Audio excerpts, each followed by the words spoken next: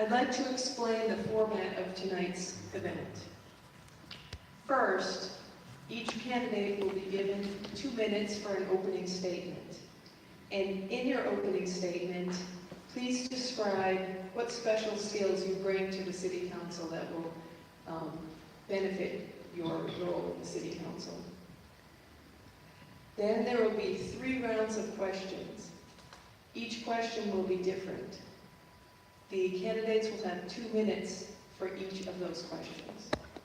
I'm going to go from left to right across the table. After the 3rd round of questions, each candidate will have a closing statement that will be 2 minutes long.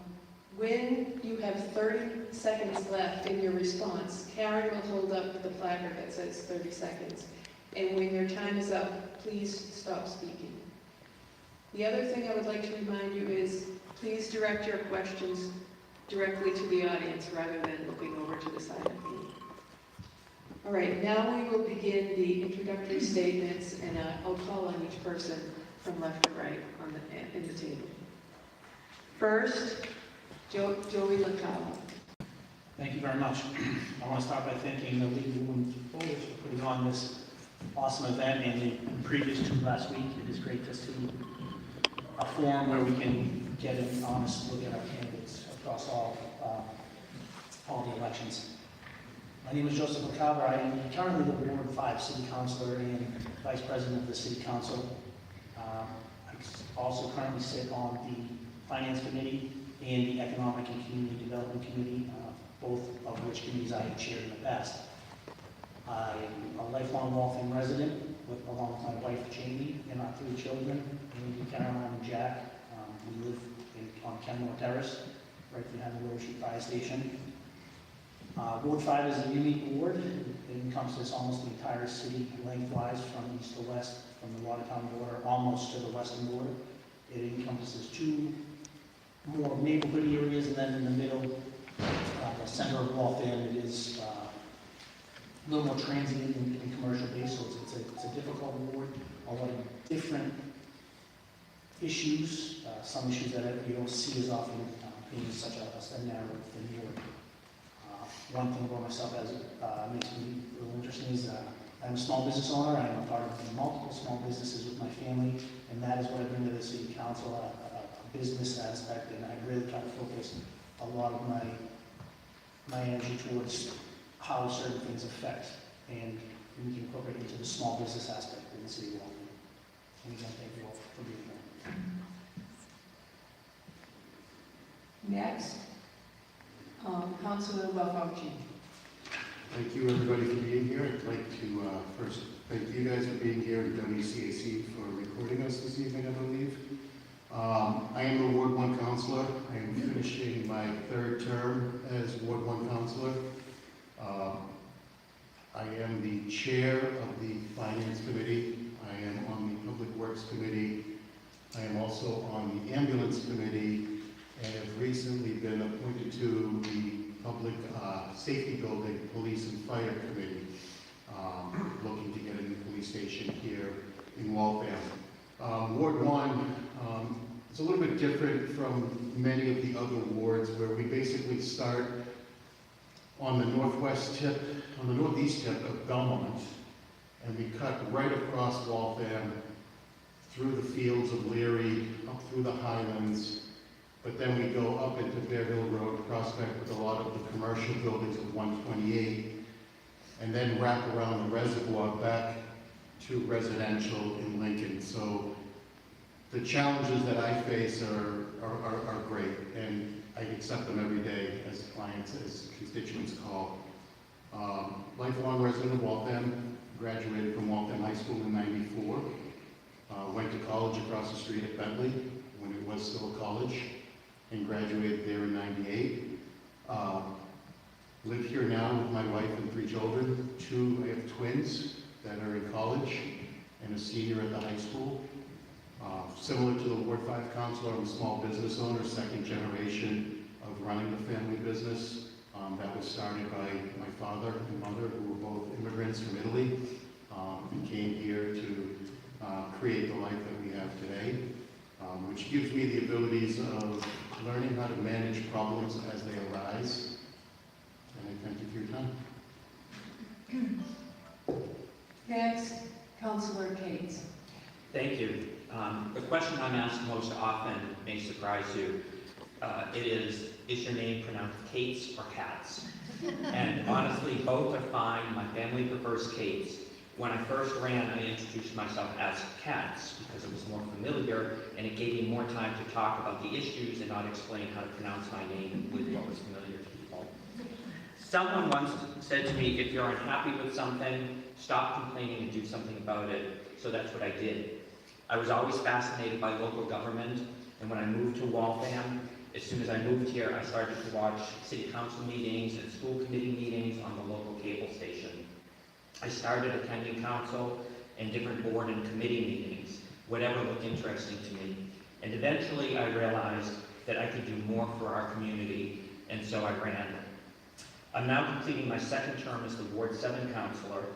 I approach the role with great honor, and I lead by a few simple principles.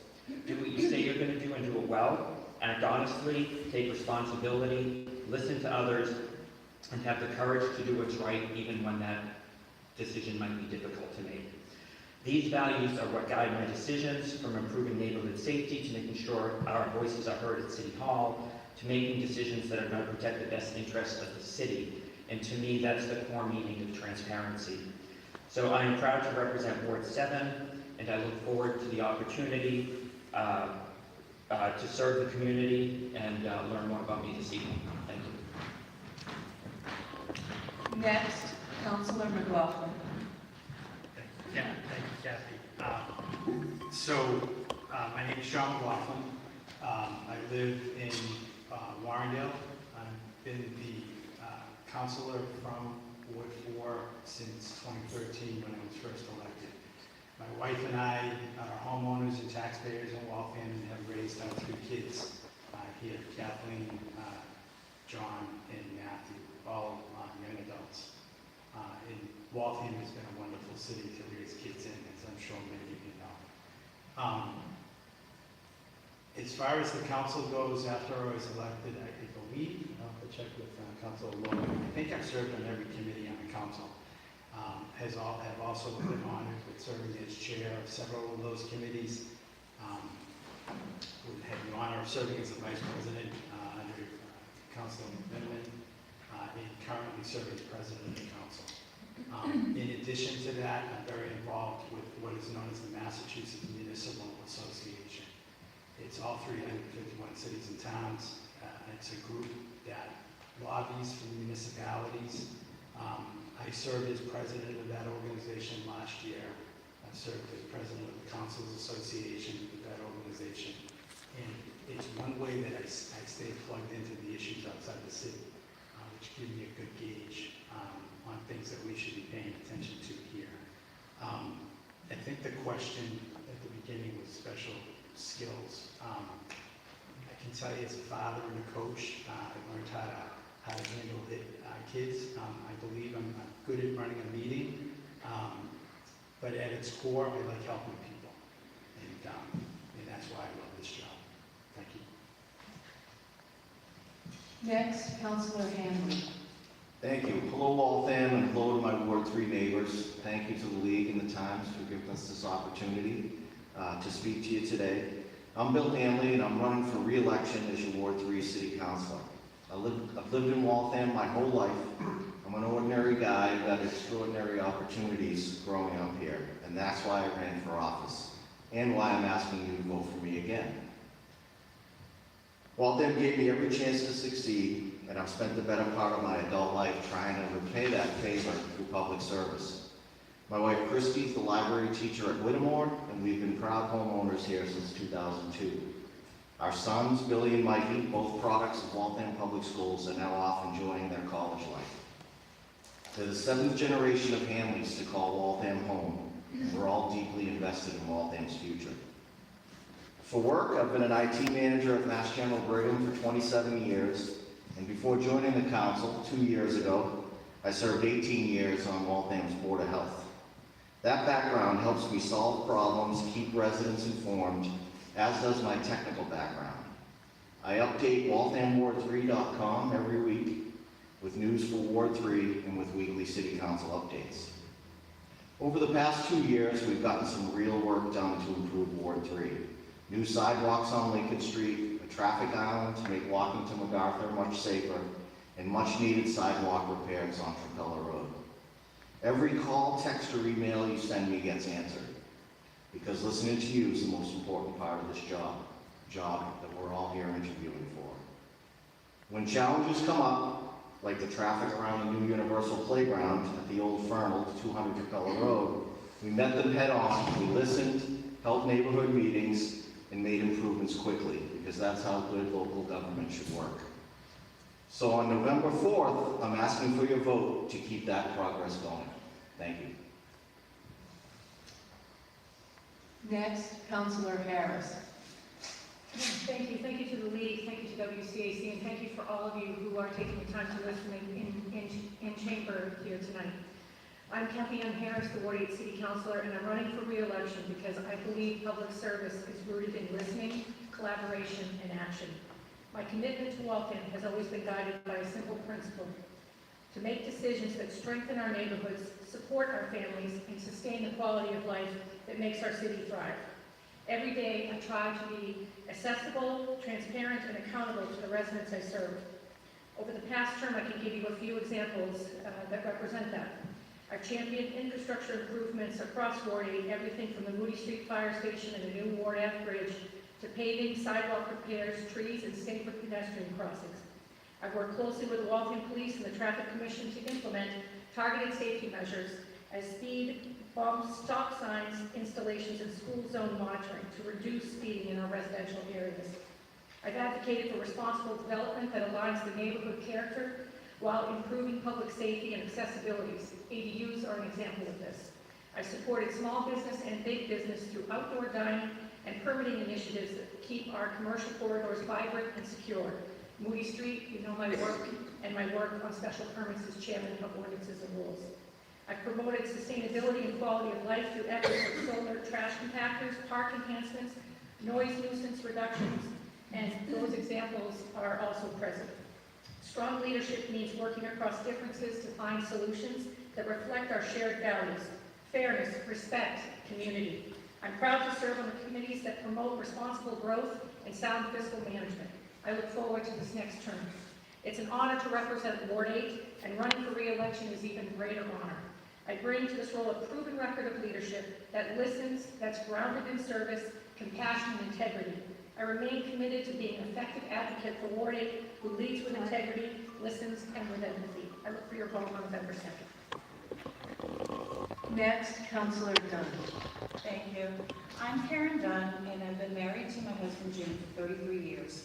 I work as a video producer for commercials, corporations, and web content. And in that role, I'm given many things to accomplish in a day, with various opportunities to pivot priorities, handle last-minute changes with grace and ease, and to work with a diverse group of individuals. This type of training dovetails well with the duties of the responsibilities of a city councilor. Each day brings a new detail to iron out. Oh, and you also need a thick skin.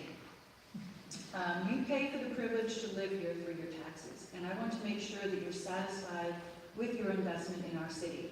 So when you reach out to me directly, I will always get back to you with a response, and if I don't know the answer, I'll work to find it. A lot has been accomplished in Ward 2 over the past 4 to 5 years. The new Waltham High School, a redesigned Tottenham Pond Road intersection, MWRA water infrastructure through Ward 2 and beyond, new and safer crosswalks at Veterans Rink, and the 305 Winter Street 40B adding over 300 new apartments to the market. I've been there to help constituents navigate the sometimes uncomfortable growth that development brings. And there are many other duties a ward councilor must attend to. Some of you here tonight have experienced some or all of these concerns, and that's part of living in the city. I try to meet these challenges, and the ones we don't even yet know about, with efficiency and good nature. I hope you'll continue to support me as Ward 2 councilor this election. Next, Councilor Durkee.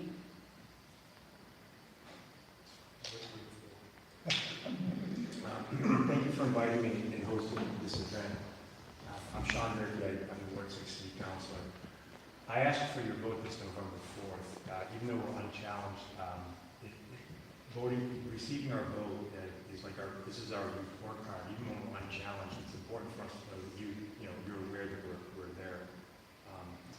I chair the Veteran Services Committee and serve on Public Works and Public Safety Committee, Long-Term Debt and Capital Planning Committee, Master Plan Committee. I'm on the Police Department, Police Building Committee, which is also the Fire and Public Works Building Committee. I'm also on the Library Expansion Committee. I've championed a couple of bigger issues this year. I wrote a mental health resolution that we've had at least 4 different groups in now, and others that are associated with mental health. I felt like after COVID hit, I never felt like the citizenry came back to whatever normal was. And I think it's important, because when people complain about traffic, speeding, things like that, you see it. I run a lot, and I used to see if someone went through a yellow light to turn red. I've seen 3 cars go through a solid red light. I just don't think they've come back to normal. I've talked to people in the police department, they agree. I've had jail diversion clinicians come in to council, Charles Webster, Potter Place, the advocates, Reach Beyond Domestic Violence, Councilor Harris having people from recovery. I think it's important. We're going to continue to bring people in because I think it's a major issue and it affects all of us. I mentioned in my opening statement that we mailed to the league, there are so many infrastructure issues going on in my ward: police building, the library. I have other issues. I have the farm where we're doing work. They're going to work on the mini maze, corn lab. There's so many things going on in my ward, and a lot of it's government. But the other thing I want to let people know, we're talking about gas pipes, stuff like that. That's not under our control. Thank you. Next, Councilor Logan. Good evening. Thank you to the League of Women Voters and the Waltham Times for putting on this event, and for WCAC for filming it, and for everyone who came here tonight to listen to what we have to say. It's appreciated. My name is Robert Logan. I'm the councilor for Ward 9. Ward 9 takes in parts of the south side, the Charles and Felton Street neighborhood, and the west end, going all the way down, including the Stanley School. I'm a lifelong resident of Waltham, married, father of 4, and in December I'm going to be a grandfather. So that's something to be excited about. And I have as far as what special qualities, special skills, talents that I bring to the city council, I have a bachelor's degree in political science, a master's degree in public administration, and over 30 years of experience in state and local government, and a proven track record of results. For example, when I was door knocking in the last election, one of the things that was frequently raised as an issue by residents was trash and rats, very related problems, because the trash feeds the rats. So working with 1A Councilor Harris, and we put together an ordinance on dumpsters that regulates dumpsters and gives the health department the authority to issue fines for overflowing dumpsters, and dumpsters that haven't been properly maintained end up feeding rats.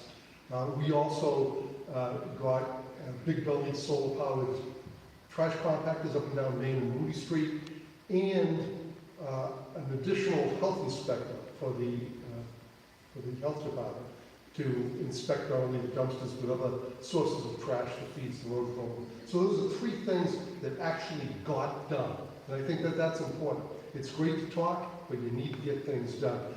Got an RRFB pedestrian crossing signal at the McKenna playground, at the McDonald playground, and we also redid the McKenna playground. Thank you.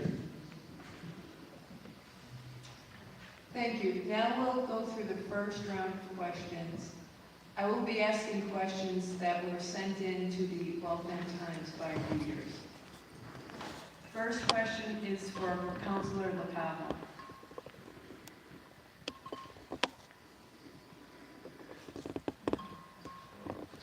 What are or what will be your actions to support improved traffic and transit infrastructure? Thank you. obviously it's an important question that we've seen a lot of lately. Traffic is interesting. It's obviously not unique to the city of Waltham, but Waltham now with our latest, Waltham now over 70,000 residents, it's becoming very more important. We need to get the MBTA servicing more parts of Waltham. I think that's quite obvious. They don't go up and all the way up the road, and we need to make sure that the bus system is servicing all corners of the city. We need to hopefully we are able to produce some housing from what we call the MBTA zoning. I know the mayor worked very hard with our law department, supported by this council. I hope those zones are now able to be built where we can put housing into areas where our public transit can be utilized greatly there, and that again will bring cars off our roads. I think that's quite important. I think we need to take serious looks at the parking issue along with the parking issues with our larger housing units, bringing them back to one parking spot per unit to shrink the amount of cars that are coming in with new tenants to the city as well, new residents, excuse me, not tenants. So I think all three of those things combined are ways we can absolutely help our traffic situation. Thank you. The next question is for Councilor LaFauci. The question is similar. How do you respond to your Ward 1 constituents on issues of heavy traffic, road work, and new developments? Thank you for the question. That fits right into what the last 2 years in Ward 1 has been dealing with. As all of you are aware, the MWRA introduced a 36-inch water main going right through the heart of Lexington Street, starting at Taunton Pond Road and ending in Lexington. Not by choice of Waltham. It was something that we were basically told to deal with and manage, but really had no say on the day-to-day operations. I remember very vividly the very first night, it was 11 o'clock and the contractor decided just to detour the road and started sending people down Lincoln Street, and they circled around. I was out there trying to help the residents of Waltham mitigate the issues, and I remember the mayor calling me and saying, "Councilor, where are you?" I'm like, "Mayor, I'm already here." We put on vests and we started to deal with that.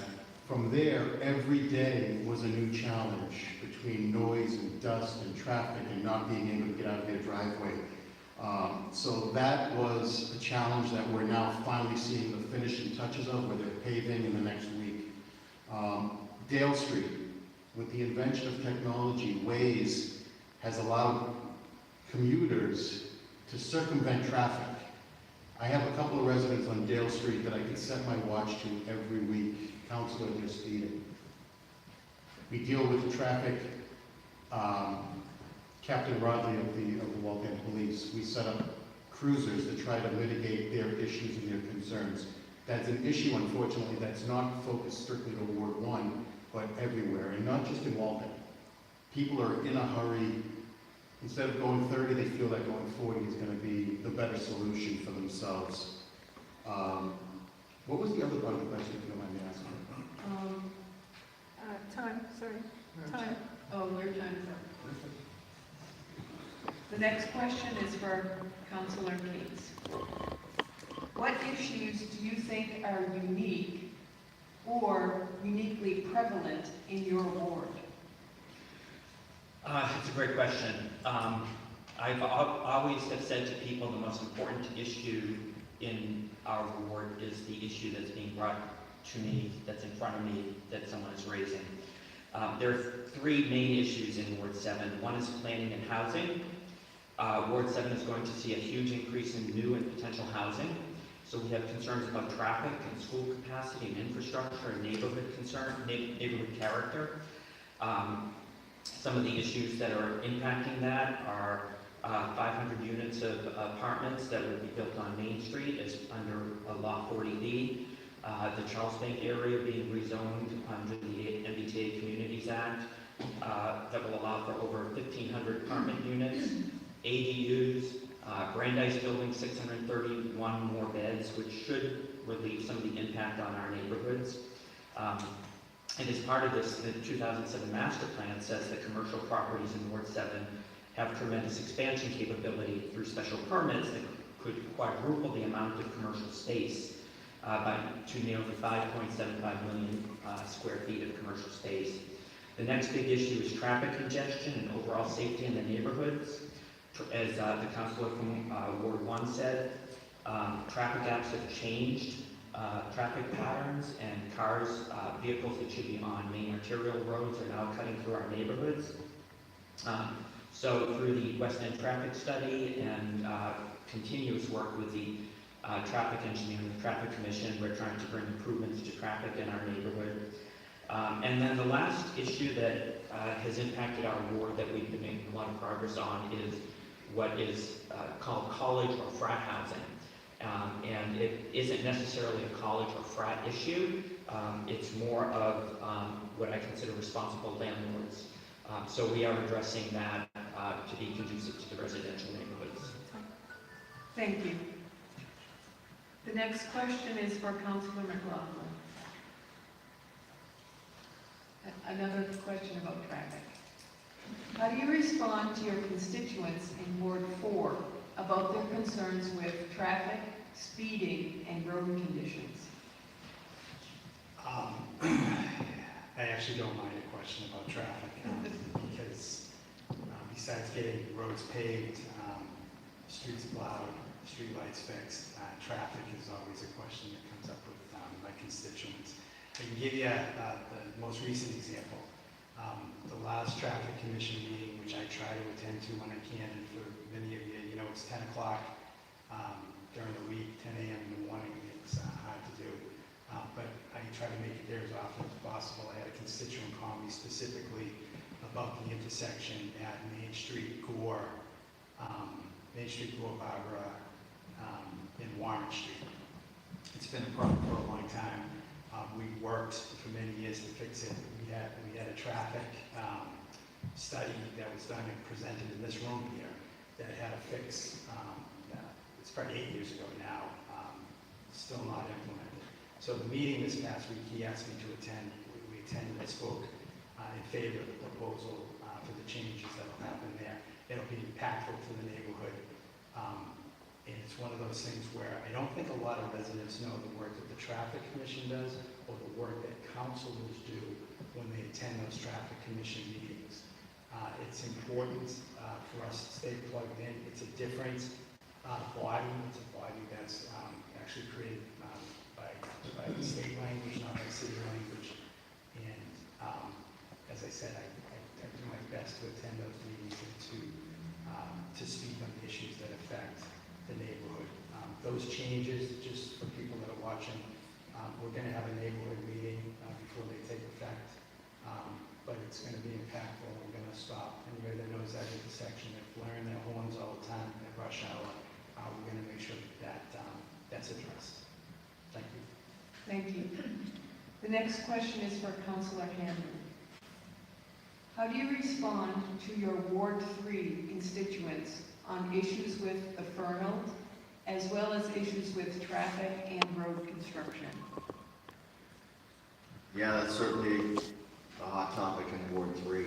And one thing that makes it unique is the Fernald is actually in Ward 4, and the construction in Lexington Street was mainly in 1, 2, and 3. So, but as far as the Fernald goes, while the park itself is in Ward 4, most of the problems that happened when it opened were in Ward 3, in a specific neighborhood. And I alluded to it in my opening introduction. We had to have a quick neighborhood meeting. I'm sure people saw a lot of the pictures. It flew all over social media. People were even parking in Waltham residents' driveways when that park opened the first couple weekends. So it was bedlam. I went there in person went door to door a few times, delivered flyers, we held a neighborhood meeting, and we're still remediating issues now that the leaves have fallen off the trees. Lights at that new playground are shining into people's front windows on Trapella Road, so thanks to the wires department, they're being adjusted a bit. But whether it's a phone call, a text, an email, a social media message, I do pride myself on getting back to everybody who contacts me about that. I put up 200trapellaroad.com. It's a bit dated now that the park's opened, but that was one way that really let people know what was going on. I developed a comprehensive email list for updates as well. And then back to the construction and the traffic impacting Ward 3. Trapella Road is sometimes speed zone from Lincoln to Belmont. And we've had some traffic studies done on Sheffield Road. We got a lot going on Silver Hill Lane, and those same techniques to let people know what I use. Thank you. Thanks. Thank you. The next question is for Councilor Harris. Ward 8 constituents are concerned about traffic safety and housing, especially rooming houses. What are or will you be doing? What are actions you will take or will take to respond to these concerns? Thank you for the question. I have been having active conversations about both of these issues. I'm an active participant at the Waltham Traffic Commission. I pretty much attend every meeting that they hold monthly. So right now I'm working on 2 key traffic corridors that have speed issues. One is Crescent Street, where we were able to successfully, working with the Waltham Traffic Commission speed studies over a couple of years, implement a first-of-kind speed cushion that is at Adams Street. It was approved this year to be seasonal. So in the winter months, that speed cushion comes up, and I got active questions about, when will this return? So, we'll study that, continue the temporary measures or seasonal measures on a permanent basis, and then see what kind of permanent changes we can make, possibly a speed table or something along those lines. In terms of housing, I get lots of questions about housing, and it's not just tied to rooming houses. It's everything from how do I add on to my home, to when can I get an ADU, to what's the big building going up on the corner? Why is our neighborhood being torn down? Why are only McMansions being built on the south side and no affordable housing? Those questions are a part of market conditions and what people are buying these days, but I think we really do, as a city, need to encourage affordable housing. And in terms of rooming houses, the debate on rooming houses is potentially a litigated matter. There was a case before the ZBA that potentially could go to court, so I need to be general in my responses here. I think we're all trying to find and solve for ways to bring affordable housing. And certainly supporting roommates is something that I support and did not and would not go against. Thank you. Thank you. The next question is for Councilor Dunn. Waltham is in the middle of reviewing the zoning code. What impact does the code have on issues of high concern to your constituents? What do you think should be preserved or changed in the current zoning code? Thank you. So this issue is just barely before the Ordinances and Rules Committee, of which I am on that committee. So the only thing we've been given so far is just a basic outline and template of some of the things that are being considered. We all know that ADUs are now, the way has been cleared for them to be built, and that people will start to do that if they have the proper setbacks and the right amount of land. But as far as the zoning code itself, I would say I'm not necessarily qualified to answer that currently, because we have so much work to do on that.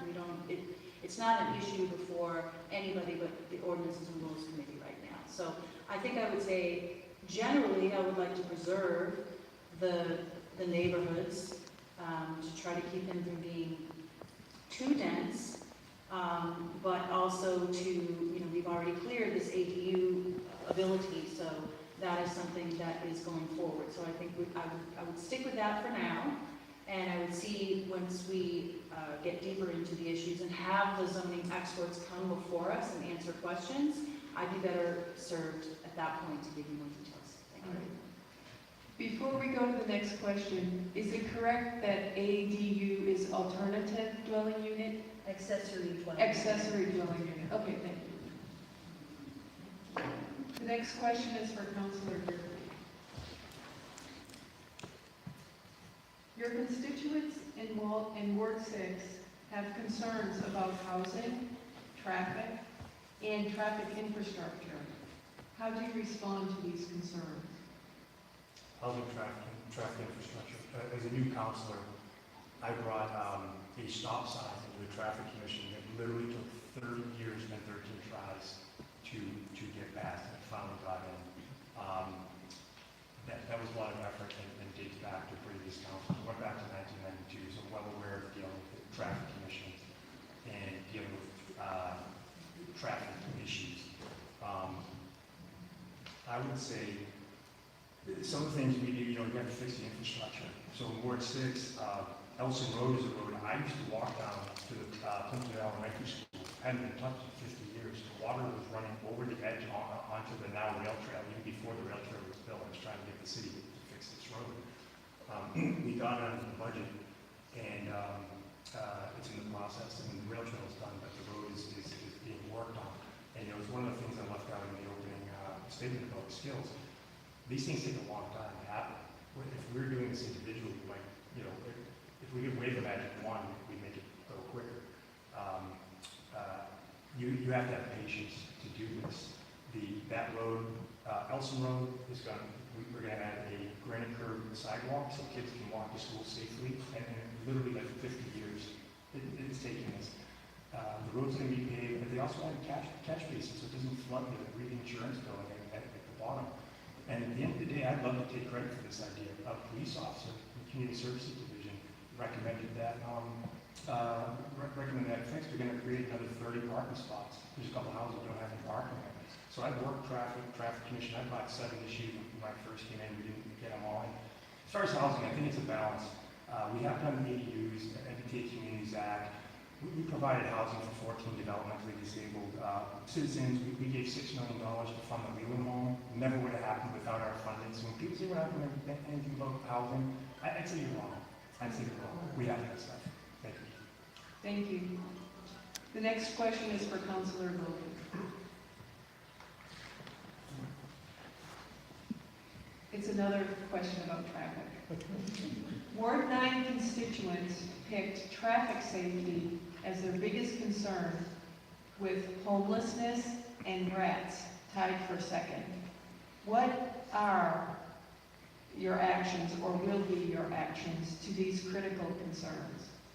Well, I think I already addressed what we're doing in terms of the rat issue. With the dumpster ordinance, the additional person in the health department, the big belly solar power compactors up and down Moody Street. Council from 189 are also advocating to expand the big bellies into all of our parks and playgrounds, help cut down on the trash that the rats feed on. Traffic is, again, same with the council from 189, we meet every month at the traffic commission meeting. We've attended just about every traffic commission meeting in the last 2 years. And that is one of the most frequent complaints that I get. I get emails, calls from people about, all kinds of traffic and parking issues all over the ward. I've been before the traffic commission. We've gotten an RRFP, pedestrian crossing signal put in near the Donald Playground on Newton Street. We're in the process of getting bike lanes added on the Far West Street Bridge. I got a 4-way stop sign put in on Highland Street at Curtis at the request of residents in that area. And I could go on and on all the different things that I've done to address that. On a more macro level, I'm working with some constituents and advocates in Waltham, drafted and sponsored a complete streets policy that advocates for things like traffic calming measures whenever we're redoing streets. And we got that passed through the city council. So that's the rats, the traffic, and the housing. I think I ran out of time to address them. No, a couple of seconds. So on the housing, one of my ideas for the zoning is some of the commercial rezoning on Calvary Street, which is right alongside one of the only single-family residential zones on the south side, is to allow them, if they want to convert that into residential use, it would provide additional housing and eliminate something that's been kind of a problem for the neighborhood. Thank you. Now we'll have the second round of questions. First, Councilor LaCava. This one has a little bit of background explanation. Earlier this year, the City Council asked the mayor to consider moving the city's official legal notices from the bulletin board behind City Hall to a city website to increase transparency and public convenience. That has not happened, even though most of the towns and cities in Massachusetts provide legal notice on websites. Because only the mayor can make the decision about public notices, what actions can the City Council take to persuade the mayor to require that legal notices are placed on a widely available website?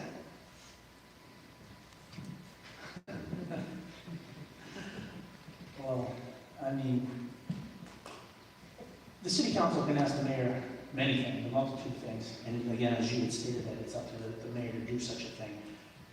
I think the city clerk's office does a great job of posting all of our meeting notices and minutes on its website, and while it's not the official means of legal notifications, I believe they are up there. They are also on the boards. They're on the boards outside the office. They're on the board outside of the city hall. I don't know what the city council itself could do to force the mayor. I don't think anyone can force our mayor to do anything she isn't ready to do.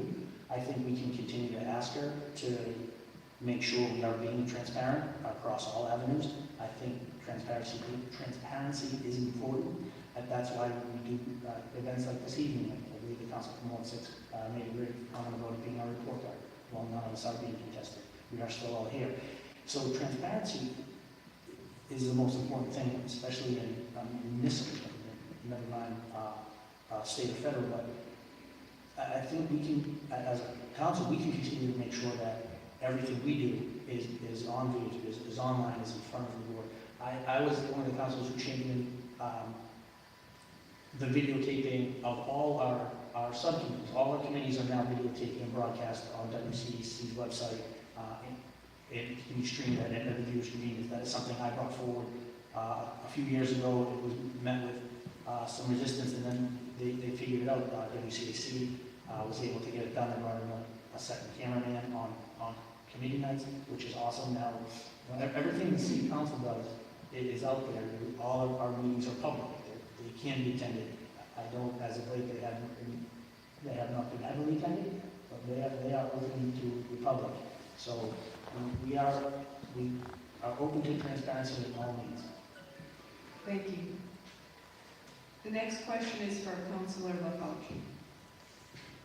Given the current stressors in the community, what mental health resources would you advocate for to support Waltham residents?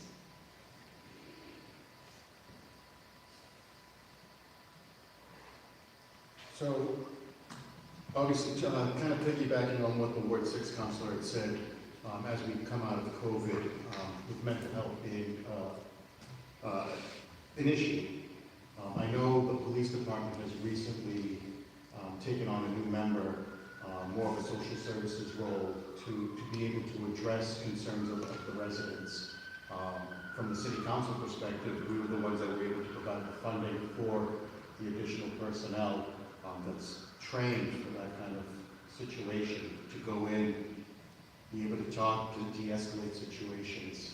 I mean, that's kind of the role of the city council is the funding mechanism behind any type of program, be it the health department, the police department, the fire department, any of the 29 departments that we have in the city, is to continue to listen to what they as the professionals are needed for our residents. Take in the information, we are the mechanism to be able to support that and have that component, what needs to happen. Thank you. The next question is for Councilor Cates. Addressing traffic, bike, and pedestrian safety issues seems to take a long time to resolve. How would you speed up the process to meet neighborhood needs and concerns? Thank you for the question. One of the hardest things to learn in government is the pace of progress, and it is slow. In one case, it's taken 20 years to get a stop sign in my neighborhood that started long before me. The mayor championed it, it still didn't matter. We continued fighting, and we eventually got that stop sign. In terms of how to increase it, I think it's a collaboration between the council and government and building bridges and cooperation with the city departments, so that they will be more willing to work with us and be more responsive to our needs. But that's a very difficult thing to do because they have to work fairly across the city. The biggest frustration I've had is traffic management and our progress toward a master plan. The master plan is progressing. We've held the meetings, and it's still happening, and it's in progress. But traffic mitigation in our neighborhoods, anytime, I say to people all the time, we have a warehouse full of stop signs, just try to get one. It's a process. There's a procedure that has to be followed, and it's frustrating. And just because we get elected to the city council doesn't mean we snap our fingers and make things happen. What I try to do is work with residents and help them understand that things will get done, but there is a process and they have to remain patient. I don't think there's anything that we can do in our ordinances and our charter to necessarily speed things up, but I think we always need to be looking at ways of making government more efficient, whether that starts at the top office or all the way down. Like any corporation, we need to be looking at efficiencies and keeping a balanced scorecard to see how we're doing against that. Thank you. Thank you. The next question is for Councilor McLaughlin. How would you work to reduce greenhouse gas emissions in Waltham, particularly in areas like transportation and energy use in buildings? I think that question may come from my kids, because they're asking me those questions all the time about climate change and how to have an impact in a municipal setting. So I guess I'd start by saying that one of the things that this council has done and been proactive with is working with the utilities to replace gas leaks in the city. We have a very old infrastructure in Waltham, and I was shocked to find out up in some of the neighborhoods up in Waverly Oaks Road that most of that gas pipeline was laid prior to World War I. So we've been proactive with the utilities to make sure that they have the ability to go and make those changes. We just had something like this week with a major, really large project. Other things that I think affect climate, and I'll get to buildings in a minute, but this body's also worked very hard for open space. It's worked very hard to make sure we actively are planting trees throughout the city. We passed an aggressive plastic bag ordinance. These were all things that, our opinions on this had to do with the fact that we need to make our environment healthier. I've served on the Ordinance and Rules Committee for many years. One of the issues that comes up in development is coming in is the different ways buildings are graded and how healthy that building is going to be. We're very active. I think one of the things that I push back against sometimes is that, they come in with a project and you guys approve everything. We don't approve everything without thoroughly vetting it and making sure that whatever is going in is going to be the best thing for the city of Waltham. Thank you. Good job. The next question is for Councilor Handel. Flock cameras. which are cameras that identify license plates, have begun to appear in Waltham. Why are they being installed, and did the city council approve their acquisition? Yeah, thank you for the question. I think, you know, I could speak for a lot of my colleagues because we discussed it on just this past Monday, but we weren't even aware they were installed. We didn't approve any funding for them to be installed, and we found out when everybody else did, which, you know, we'll work through within the city government. But, you know, I've heard a lot of opinions on them over the last week or so. Everything from, if you're not doing anything wrong, what are you worried about? They're taking a picture of your license plate. And I go back and forth in my own mind as to whether that's a sensible thing to say. Right now, I don't think it is.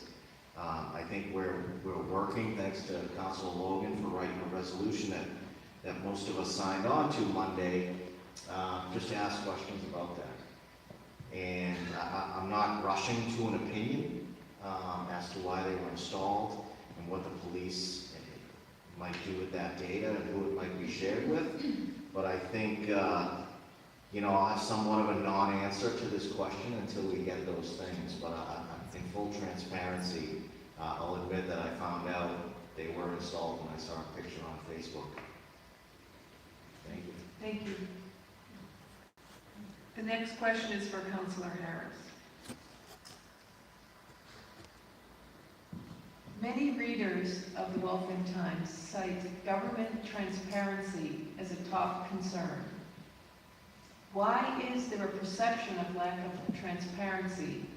How can voters keep informed about city government, and how can the city council help? Thank you for the question. I think that the city council, we don't own the infrastructure that is the city's website. City council has to work within that framework, and we have to work to get anything improved. We have to work across the aisle, get 8 votes to get anything approved, and then the mayor has to support it. Then an appropriation comes in, and then something gets changed and implemented. I personally struggle sometimes to find information on our own city's website. And I'll admittedly say that I do think it needs rework. But we don't throw, you know, everything away for progress, so the baby out with the bathwater. You know, the council has worked on a welcoming Waltham page that was based off a Facebook page and did start to bring together information about our city to welcome people to Waltham and be able to find resources and how to why. I signed on to a resolution to bring in, I do a lot of constituent services, and I signed on to a resolution that would bring in a way for the community to report constituent issues. Something like See, Click, Fix, or something like that that allows you to click on an issue, be able to submit it immediately to the right department head, and then as a ward council, you'd find out about that. So the goals here, I think, are to find ways to improve what we have and transform where we're headed. And I think everybody has one of these, and we do need to start moving to mobile communications, mobile app, and mobile ways to communicate with our constituents. Thank you. Thank you. The next question is for Councilor Dunn. This question has 3 topics. If it's too broad, you can choose 1 or 2 of them. What are your top concerns regarding public schools, municipal services, and public safety? What role does the City Council play in supporting these services? I have to write that down, because that was a lot. Okay, so, Public schools, municipal services, and public safety. so I'm going to take municipal services and public safety. Municipal services, I feel, are really stellar in Waltham.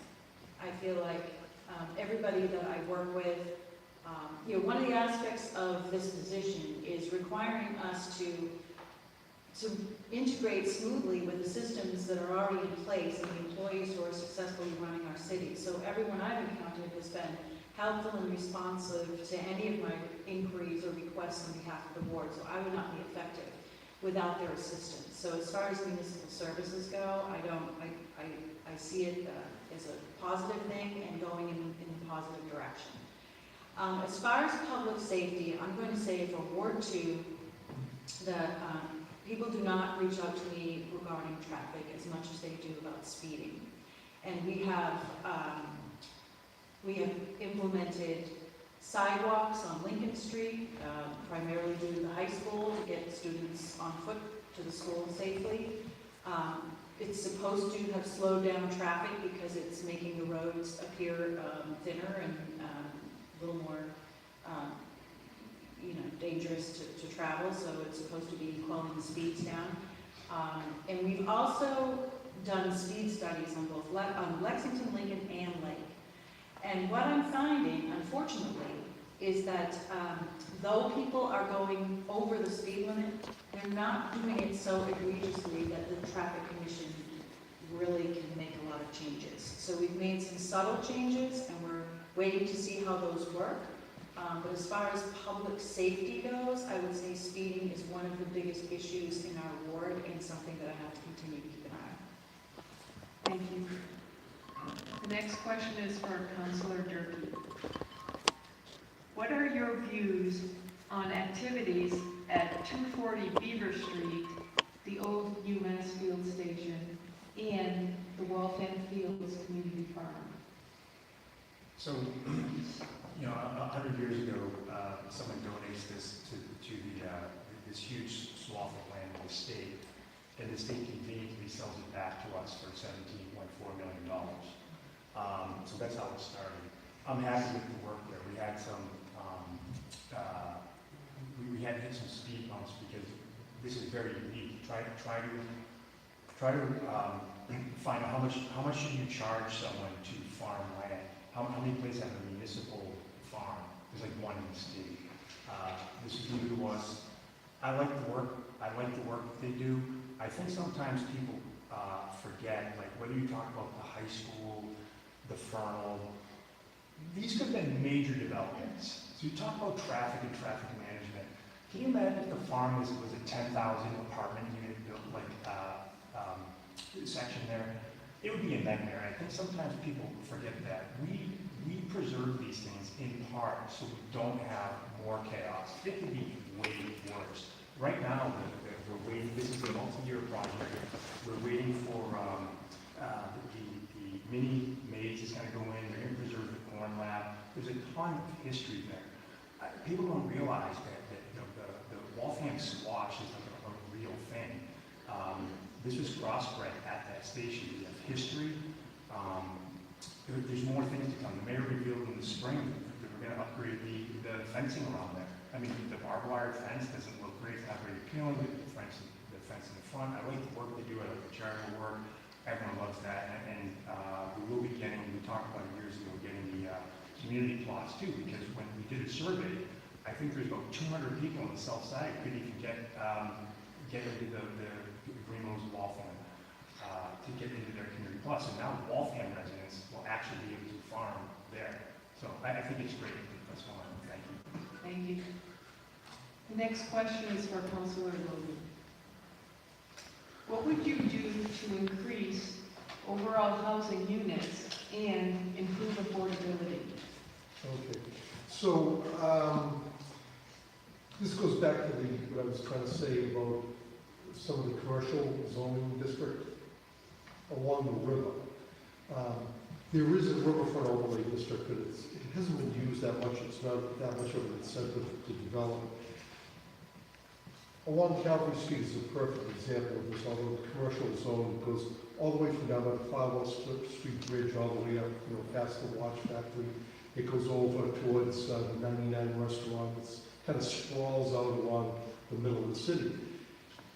On Calvary Street, if you go down Calvary Street, it's a one-way. On the left side after Cedar Street, it's all commercial.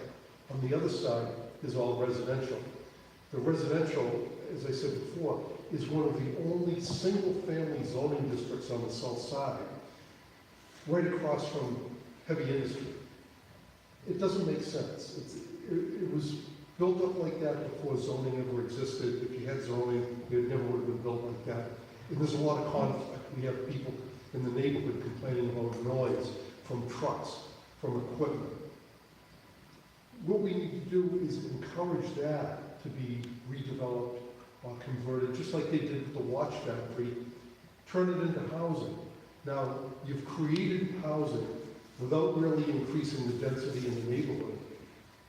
And in doing so, you've alleviated a problem for the people that are in the existing housing. It's a win-win situation. So I think it's those kind of creative solutions that we need to engage in to solve problems. Thank you. Now we'll go to round 3 of questioning. Councilor LaCava, how do you communicate with your constituents? What means do you use and how often do you communicate? Thank you for that question. I have a council line that is posted on the City of Waltham's website. I have a Facebook page. I have an email address to the City of Waltham. I have an Twitter account as well. When constituents reach out to me on my council line, I immediately return their phone calls on my cell phone. There are plenty on my personal cell phone. Any constituent who has reached out to me now, a first time, has now can contact me through my personal cell phone, which I have on me at all times. My City of Waltham email is connected to my phone, so those emails come through. I try to respond to my emails as quick as I can. Whether it's just a touch, hey, I got this email, I'll be in touch in the future with more information, depending on what the issue may be. Our home addresses are on the City of Waltham website. Again, this is the kind of trend, goes back to the question I had before about transparency. There's no hiding. You're a ward councilor as a ward councilor, we've gotten great questions tonight about traffic and housing, but in reality, the majority of our stuff our communications come about potholes and stop signs that has been talked about by some councils tonight, in parking issues of a car that's been parked on the street for more than 48 hours and needs to be towed. So my constituents know how to get a hold of me. Like I said, I respond to anyone who calls me with my personal cell phone number that is not on the website. And my email, again, is connected to my phone. I'm on across most social media platforms. So I don't think I do a good job at hiding. I think I'm pretty out there. And I don't think any constituents in Ward 5 have an issue getting hold of me. Thank you. The next question is for Councilor LaFauci. The city's charter was approved in 1986 and has not been amended in the 39 years since then. Thinking about current needs of Waltham residents and businesses, would you amend the city charter to better suit Waltham today? If so, what changes would you make?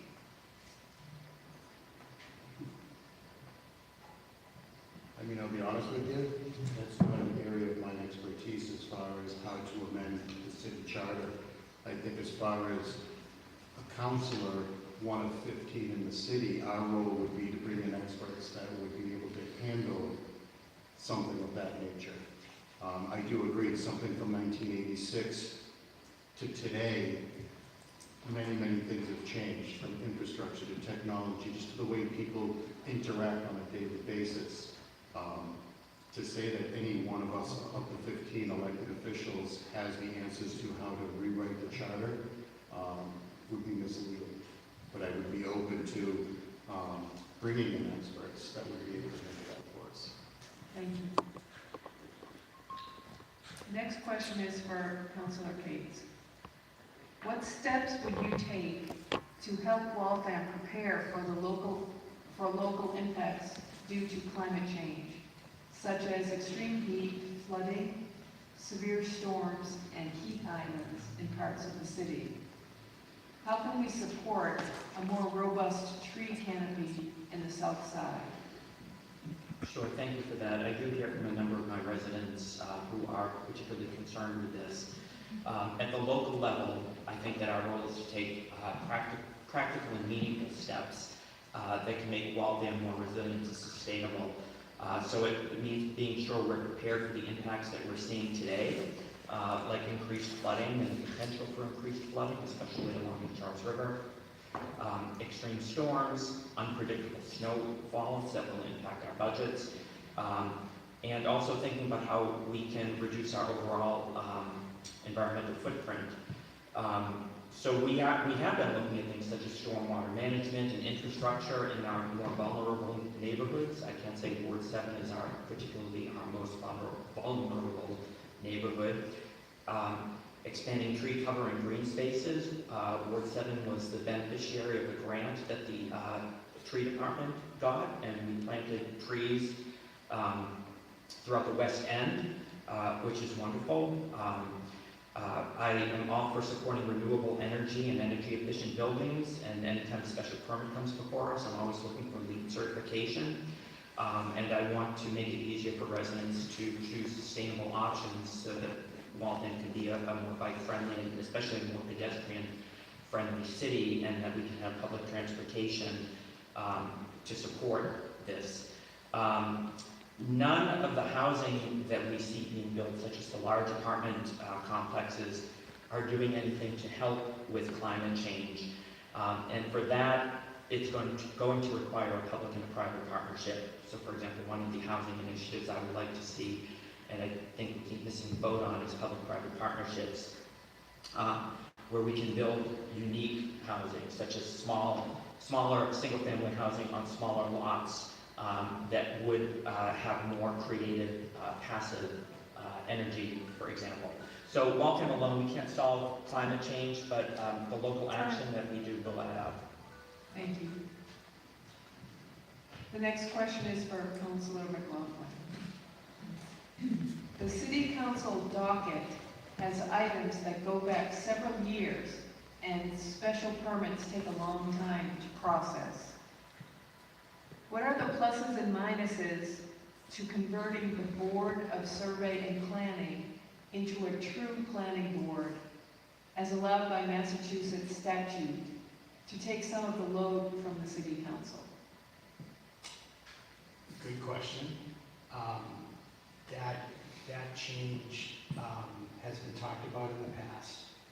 I will say, with regard to how the City Council handles planning, it's done through the Ordinance and Rules Committee. And again, I mentioned earlier, I've served on that. Current chair, Kathleen Harris, is here with us today, along with other members. I think the council does a good job.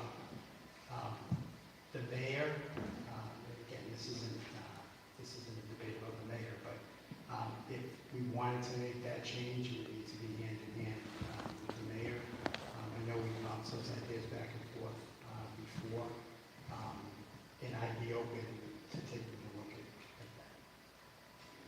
Thank you. Thank you. The next question is for Councilor Hanlon. A few years back, the council and several city departments held a number of public meetings to create a master plan for Waltham based on plans from the early 2000s. A final citywide meeting was promised but did not happen, and no plan has been presented to the public. What would you do to create a viable master plan based on Waltham as it is now? Yeah, thank you. I remember this question from the large event. I wasn't on the city council when that went down, but I went to Northeast School as a Ward 3 resident and spoke. I think one idea I've had as I've thought of this is to get some help from the outside. We have an engagement with a consultant now to rezone the city, and it's in its infancy, but having listened to some of those interviews, there was a lot of qualified people out there who can do business with the city and advise us. We're all sort of part-timers here with full-time jobs, so the expertise of the 15 of us is certainly broad and significant, but I think in that particular area, I would like to see some outside consultants with more experience doing that. Thank you. The next question is for Councilor Harris. Community development nonprofits, called CDCs, are often invited to help other cities and towns build affordable housing. What are your views about inviting proposals from CDCs to build affordable housing in Waltham? Thank you very much for the question. My perspective on the affordable housing crisis that we're facing is not one of Waltham, it's one of Massachusetts and one of the nation.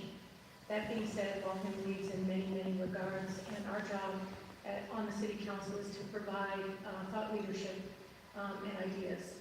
To build affordable housing, you have to have partnerships, and you have to have qualified people entities that you can do business with. I don't believe the city should be in the full development business of building affordable housing, and to the council to my right, getting outside help is critical. I think what we need to do is start establishing connections. I'm going to make a reference to a very successful housing development called Two Life Communities that took the Leland former home and made it into affordable housing for seniors. And that was done, it's not in my ward, it's in Ward 5, but that was done through a partnership. The council from Ward 7 talked about a private partnership, public partnership. We have a lot of land. Some of that land has been earmarked for green space. It was purchased with CPC money. And there are three things you can do with CPC money. You can do historic preservation, you can do green space, or you can build housing. And so I think that as we look into this next broader perspective of how we want the city to look as we rezone, as we look at our master plan, as we look at our transportation master plan, one of the things we've got to start doing is looking at making public-private partnerships with known entities that build housing successfully. Two Life Communities is one of them. There are others. And I think we should earmark city land that can be developed for this so that we can begin that journey for affordable housing. Thank you. Thank you. The next question is for Councilor Dunn. What steps would you take to help Waltham prepare for the local impacts to climate change? This is a repeat question. I'll go to the next question. The population of Waltham consists of 50% renters and 50% homeowners. What actions would you take to engage more renters to vote and feel more attached to the community? Thank you. I'm so glad I got this question because this really goes to the heart of how I campaigned and how I became a counselor. And most of it was done door to door. And my priority has always been to try to meet people one-on-one. And that was done, during the campaign and continue to do that. So it would be very easy for me to approach renters just as much as I've approached homeowners. So I don't make any distinction between that. Encouraging people to vote, I think people vote when the issues are important to them. People vote when they've made a connection to you. People vote when they are interested in their community, and that does not distinguish between a homeowner or a renter. There are both people on both sides. There are homeowners that don't pay a lot of attention, and there are renters that are very much involved in their community. So I would say that for me personally, I think it's more door knocking. Thank you. The next question is for Councilor Durkee. Local and national research shows that minimum parking requirements for new housing often force home builders to supply more parking spaces than are needed by residents of the building. These extra spaces increase construction costs, which in turn increases the rent or sale price, and waste land that could be better used for other purposes. Do you support removing minimum parking requirements so homeowners have greater flexibility, home builders have greater flexibility to match the parking provided to the needs of the residents? Why or why not? So it's funny, it's actually a great question, and the test case would be 79 Pond Street, right down the street. the 40B developers were able to put in, I think, like 156 parking spots for over 200 units. Every adult and teenager in the city has a vehicle. So what happens in that development when, I don't know, 1.2, 1.5, 2, the average family is 2.3 people. If 2 people per unit have a car, that puts about 400 cars. Where do those cars go? Where do they go? And every ward council, everyone here has gotten numerous complaints about all these people parking on the street, we don't have enough room. What about during emergencies when people go into the city parking lots? Like, they already don't have space. So to say that you could build more housing, the other thing, you're talking about private developments. It wasn't in my ward, someone complained about a giant tree being cut down. It's on Dale Street. And the question was like, who are you to tell someone else's property? Like, that's okay for you, but like, do you have a driveway in your parking lot or in your house? So I think this is the wrong approach. At Pond Street specifically, they were able to get in numerous compact car parks. And I said, I was in this room in 2019 during a ZBA meeting. I said, does it snow where you live? Do you get deliveries? Will these people have visitors? So to say you should have had more housing, less parking, that's great. As long as you're not a ward counselor and don't have to answer to anyone, that's awesome. Let's just have all housing. But I mean, if you want to take the calls and live in the real world, like on my home planet, the sky is blue, and everyone owns a car. And so I do think there's a balance, but to say that you should have like no parking all housing, that's not what you said, but basically, reduce parking minimums, that's one of the biggest calls we face. So I don't think that's realistic. I think we have to have a balance. Thank you. Next question is for Councilor Logan. What concrete tools would you implement to expand city-led outreach and engagement so that low-income and immigrant residents are meaningfully included in the housing planning process? Well, the housing planning process, obviously, a lot of that takes place in terms of the zoning. Again, I think, we need to widely advertise meetings, public hearings. One of the things that was mentioned before was where you post the meeting notices, and I think, posting those online makes a lot of sense. I think also the city could probably do a better job of publishing its notices in more languages. I think pretty much right now they're just only published in English. Every once in a while you might see something published in Spanish, but it's very rare. And I think there's about 79 languages spoken in Waltham, so I think we could do a better job in that regard as well. Thank you. Before we go to the closing statements, I just want to go right down the line and everyone tell me what is your favorite thing about Waltham, and just go down the line. How much time do you have? My favorite thing about Waltham, it has to be the rich history, the Waltham Wash Factory, Wood Street, everything about it. Grew up on the south side, past Brandeis. Fourth generation business owner on Wood Street, so I think that's where my heart really is in Waltham. Okay. Councilor Fauci? Prospect Hill. Councilor Cates? Building a family, the friendships we formed here, and raising a son who can officially call himself Italian. Councilor McLaughlin? As a proud greaser, I'm going to say the fact that I was able to raise my 3 kids in a town that they love to call home. That's probably that, and the fact that, I'm going to slide this in, our tax rate is $9.82, the lowest in this area, which is why one of the reasons people want to live here. Thank you. Councilor Hanley? At B&F House of Pizza, small tuna, lettuce, tomato, cold, no cheese. Councilor Harris? I'm hungry.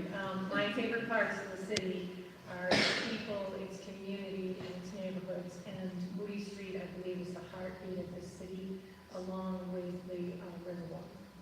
Thank you. Councilor Gunn? So, some of you may know that I spent 20 years living in Los Angeles, and when my husband and I moved back to Massachusetts, we chose Waltham. I love where I live, I love the sense of community, I love my neighbors, and it was what made me decide to become a councilor. Councilor Durkee? As I answered in your survey, diversity was the number one thing. I looked at the view of Little Prospect, I looked at Boston, and I also love our manufacturing and history and involvement in founding of our nation. Councilor Logan? The people. We have a great community, a great diverse community, and for the most part, we all get along. And I think that's just wonderful, and that's what I like the most. Great, I love your answers. Now we'll go from left to right, and we'll have the closing statement, 2 minutes each. Councilor Logan? Great, thank you again, and thank you to the league and the Waltham Times, and maybe and 7 News. Don't want to leave you out tonight. Actually, did anyone else identify that videotaping identify themselves? Is anyone else at the videotaping identify themselves? Oh, yeah. I'm just kidding. I'm just having some fun. Jamie is one of the constituents who does come on Monday nights. So again, Ward 5 is different, right? There's 3 things that I really hope to continue to do in the next term. On the west end is to work with the Council 417 and Council 419, Council Castle, and finalize that west end traffic study and really implement it. There were some great recommendations, and I know Council Castle moves it forward in the Traffic Commission last month, so let's really implement some of those awesome changes. Then we're looking at the harbor welfare. Hanford's has a new landlord, and you hear rumors, I've heard a lot of rumors about change, but I haven't seen anything come through. So I really want to keep an eye on that and really make sure that is the chop with the harbor welfare, that whatever is done, if anything is done there, whatever is done there is done with great taste and with the entire city of mind. And, you know, touching everything we talked about, traffic, parking, housing, affordability, it touches everything if there's a change there. And then you can come all the way to the Watertown side, where there are two issues that I'd really love to work on. One being the sidewalks around Knoll Field and on Grove Street. I think it was the last street that was paved in the city before the city had then implemented the sidewalks being redone with it. It's a great area. That park is unbelievable playground. It's something the city does a great job of. Great parks, and you know, getting to it isn't the safest from certain areas. And then, you know, there's a bit of a small industrial in Ward 5 that abuts residential that I really need to get a stranglehold on and figure out how we can make some quality of life better for some residents around that small industrial corridor. Thank you. Thank you all again. Councilor LaFauci? Thank you. Just to echo the sentiments of Ward 5, I'd like to thank the League of Women Voters, WCAC, the Waltham Times, and Channel 781 News. A lot of the topics that we talked about tonight coincidentally revolve around these 4 groups. We talk about transparency, getting information out. The one thing that this city used to have was a newspaper that came to the house every day.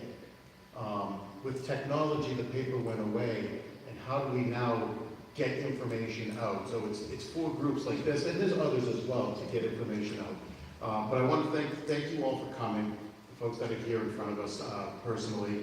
I know there's a few Ward 1 residents. We have Taunton Pond Road, we have the lanes, we have Forest Street. And I appreciate the fact that, you know, you guys reach out to me and ask for my support. You know, I look forward to the next 2 years. One of the bigger issues that in Ward 1 specifically that we're tackling, and I'm sure Susan will love to hear it, is private to public. It's a big hurdle that it goes, there's over 300 private ways in the city. And how do we tackle that and try to give the services to the taxpayers and the residents of those streets? But more than anything, when I ran in 2019, one of the things that I told the residents of Waltham is I don't have the answers to everything. But what I will promise you is that I will listen, I will take calls, and I will get back to you. And I've done it for 6 years, and I look forward to the next 2 with all of your support. Thank you. Thank you. Next, Councilor Cates. Thank you. It's been a privilege to serve as the Ward 7 councilor for the past 4 years. I make it a point to be in our neighborhoods, not just at City Hall, and I focus on local issues and not a personal agenda. I see the progress that we've been making in Ward 7. We're making progress towards safer streets and better communication with city departments, and we've got a real thriving community. Our future challenge is going to be dealing with growth thoughtfully. I've supported every city budget that's come before us. I've even asked department heads to ask for increased funding where I thought that resident needs weren't being met. I've supported every school budget, increasing year over year with just one exception. In 2024, I voted present because after several incidents that have been brought to my attention, the interim superintendent would not simply state out loud that anti-Semitism, like all hate speech, has no place in Waltham schools. That's the one time I only voted present on a budget. Ward 7 is changing, growing in housing through special permits, but change brings opportunity and responsibility. Our growth has to be smart and balanced and reflect the needs of everyone who calls Ward 7 home, and importantly, those who want to call Ward 7 home. We're addressing housing with new apartments, MBTA community zoning, ADUs and inclusionary zoning in Ward 7. At the same time, our residents want to preserve single-family neighborhoods. And so my vision for housing is growth through public-private partnerships, creating smaller, affordable single-family homes. Brandeis enriches our community and our economy. Over 5,000 students from around the world come here. They provide over 5,000 jobs to the community, and we need to learn to coexist with them. My approach hasn't changed. Listen, act, and follow through, and I'll keep supporting our residents like I always have with passion, pride, and purpose. Thank you. Thank you. Next, Councilor McLaughlin. Thank you, Kathy. Great job tonight, running a great meeting. I'm going to jump on a couple of issues. One, as I mentioned just a minute ago, about the tax rate. We really didn't get many questions about finances in Waltham. We are a healthy, financially healthy city, and one of the reasons is the people I serve with and the mayor. The tax rate is low. When you talk to people that buy homes here, they'll tell you can't believe how low it is because we sit within Newton, Belmont, West End. We work to keep that tax rate low, and I will continue to work on that. I also want to mention my grandmother. She was from Donegal, Ireland. She came and she bought a house here in Waltham. She was welcomed here many, many years ago. One of the largest Guatemalan communities in the Commonwealth of Massachusetts is here in Waltham. One of the largest Ugandan, to my Ugandan friends, Odiotia. One of the largest Ugandan communities is here in Waltham.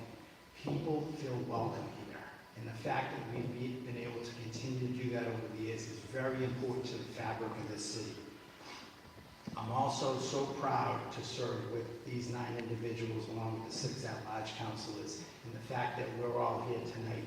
I want to say this out loud. We work for you. Don't forget that. Most people don't let me forget that. But we take that very seriously. We take the job very seriously. My parents raised my siblings and me to believe that service to others is the most important responsibility that we're called to in life. That lesson from my parents is how I model my service back to the residents of Ward 4 and you, the citizens of Waltham. And I promise you that I'll continue that. Thank you. Thank you. Next, Councilor Hanlon. Thank you. So as your Ward 3 City Councilor, I want to thank you for the trust you've placed in me. You should be able to reach your ward councilor and get your kitchen table issues solved quickly. I'll continue to make safety a priority, and I'll keep protecting our single-family neighborhoods in Ward 3 with the same energy and determination I used to help stop the proposed Lexington solar farm that could have changed those neighborhoods forever. My technical background helps me serve residents transparently and efficiently. My campaign website is hanleyforward3.com, and I post regularly on walthamward3.com and 200capello.com. It's not as tough as it sounds. So everyone in Ward 3 stays informed. On the Ordinance and Rules Committee, I'm working to ensure development in Waltham is thoughtful, protecting the character of our neighborhoods, while keeping our city vibrant and among those with the lowest residential tax rates in the state. Looking ahead, we need to continue balancing progress with preservation, protecting what makes our neighborhoods special while investing in housing, education, and our infrastructure. And that has to benefit everyone, not just special interests. Thank you for listening. Thank you to the League of Women Voters, the Waltham Times, for hosting us. And I hope you'll take the time to vote to re-elect me and all of my colleagues on November 4th, and go Hawks. Thank you. Next, Councilor Harris. Thank you. Before I start my remarks, I just want to thank WCAC, the Waltham Times, the League of Women Voters, 781 News, all the attendees here, and those who will watch us in the prior telecast. Now my statement. As I look ahead to my next term, my focus is going to remain building a stronger, safer, more connected Waltham. In this term, I will continue to prioritize the concerns of Ward 8. Public safety will be top of the list. I'll be the heart of my work, and I'll keep partnering with the Traffic Commission and our residents to make our streets safer, traffic calmer, and the kind of neighborhood engagement that builds trust and keeps our community secure. I'm also committed to expanding green space and sustainability efforts. We are lacking green space in Ward 8 and trees. Building a public park at the Fitch is going to be critical, as well as a state-of-the-art destination park at Katusha Park would be my green space priorities, so that on the south side we are creating from the old renewable green open spaces that promote community and togetherness. As we continue to grow, I'll keep supporting both small business and big business, ensuring Waltham stays economically vibrant and keeping taxes low. I will be supporting new ideas to build affordable housing, thinking outside the box, a new Waltham police station, CPW updated facility, and Waltham public schools, so that my eyes on Ward 8, but those are the at-large citywide issues. From local family-run shops to our growing life sciences sector, I want Waltham to be a city where innovation and opportunity go hand in hand with the community and quality of life. Most of all, I will continue to be a leader who listens, someone who takes action, communicates openly, and works every day to strengthen the bond between government, the people, who we serve. Together we can keep Waltham safe, sustainable, thriving, and a city that honors its past and builds confidently towards its future. I humbly ask for your vote, and thank you for your time tonight. Thank you. Next, Councilor Dunn. Thank you. In my opening remarks, I spoke of my background and how I perform the role of city councilor. But I am only one of 15, so in closing, I'd like to focus more on my macro involvement in city government. I serve on 3 council committees: Ordinances and Rules, Public Works and Safety, and as chairwoman of the WCAC TV committee. These appointments allow me to do a deeper dive into the business of the city as a whole. Some of the citywide projects and challenges I've helped to propel forward are Waltham's response to COVID, the leasing of 240 Beaver Street and protecting the programs the Waltham Community Farm offers, renovation of the Fernald property, including upcoming housing planned for our more vulnerable citizens, introduction of cannabis dispensaries in Waltham, several large laboratory developments, and the MBTA Community Housing Act. But we're not done. We're never done. We still have to navigate the completion of potentially three more 40B developments. We're building a new central police and fire station. We're updating the city's zoning codes. We need to beautify our surroundings and protect our natural environment. We need to clean up Hardy Pond so it's safe to play in. And we need to look to take care of those less fortunate. My priority is the continued 24/7 commitment to the individuals in Ward 2. I thank the voters for their continued faith in me. I love serving the city of Waltham, and I respect, admire Mayor McCarthy, my colleagues on the council, and all the city employees I do business with daily. I thank them for helping me accomplish my goals for the city. Thank you. Next, Councilor Durkee. Thank you. I really appreciate the Women Voters and everyone recording this meeting. I again ask for your vote in November. I think it's important for people to participate in democracy. You know, tonight I changed what I was going to say because there's a lot of questions. There are many questions on things that we don't have any control over. The public doesn't necessarily realize we vote on the budget. That's what we do. So if you need something funded, we'll do it. The police department does not work for us. The fire department does not work for us. We also write ordinances. Those are like the big things that we do. When I first started, I wrote citywide as a new council, a residentially zoned neighborhood resolution that ended up having the law department work with like dozens of homeowners, and we got rid of numerous nuisance houses. Because at the end of the day, we work on bread and butter issues and quality of life. This is a humbling job.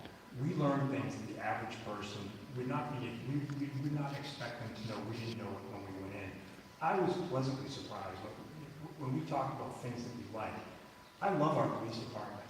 Our police department is 20 to 25 years ahead of the rest of the country. I was very happy to find out that for the last 20 or so years, we were getting grants to send mental health workers with the police department on no mental health calls. That's not normal. That's not what happens in the rest of the country. I was very proud of working with, and again, nothing happens without the rest of my colleagues.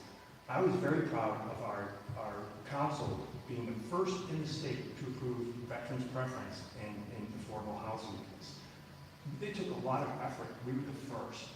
We've done other things. We gave free parking for veterans in municipal lots. We've done things for a variety of people. It's a humbling job. I will say I'm very proud of the fact. I just want to add that I would match our community with any other in the state. We did a new high school, the rail trail, the Fernal property, and the farm, all during COVID when the world was shut down. I'd match it against any other state. Thank you. As any other city in the state. Thank you. Next, Councilor Logan. Thank you. Serving in public office is an honor and a privilege, and I never lose sight of that fact. So every day I strive to be accountable, responsible, and available. When I was running the last time, one of the promises I made was that I would do a monthly newsletter, and I've kept that promise. Every month I send out a newsletter, and I'm going to leave a stack of cards here on the table. If any of you have not yet signed up for my newsletter, do so. Also, anybody that's watching at home, they can send me an email at rlogan@city.waltham.me.us, or go to the city website and click through to send me a message through the city website. Sign up for the newsletter. Some of the things that are coming up, by the way, obviously the city election on Tuesday, November 4th. On Thursday, November 6th, we're having a neighborhood meeting about Lowell Street. On November 8th, Councilor Harris and I are having joint office hours. You can learn all the details about all of that and more by signing up for my newsletter. So please, did I mention sign up for my newsletter? Thank you. Thank you. I'd like to have a round of applause for our candidates.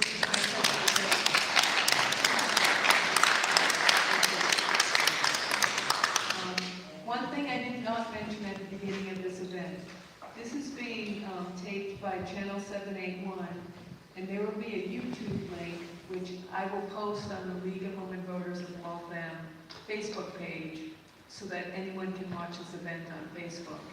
It's also being televised by WCAC, and it will be broadcast over the coming days. The League of Women Voters, our slogan is defending democracy. You're seeing democracy in action here tonight. I'm so gratified. This was a great event. Let me also mention the Southside Neighborhood Meeting. It's hosted by Ward 8 Councilor Kathy Ann Harris and Ward 9 Councilor Robert Logan. It will be Thursday, November 6th, 6:30 p.m. to 8 p.m. And it's at the Waltham Community and Cultural Center, former South Junior High Auditorium, 510 Moody Street. And the subject of the meeting is Mayor McCarthy will present the amended Lowell Street public safety improvements. I'd like to thank everyone for being here tonight, and I encourage everyone to vote on November 4th, Tuesday, November 4th. Thank you for coming, everyone.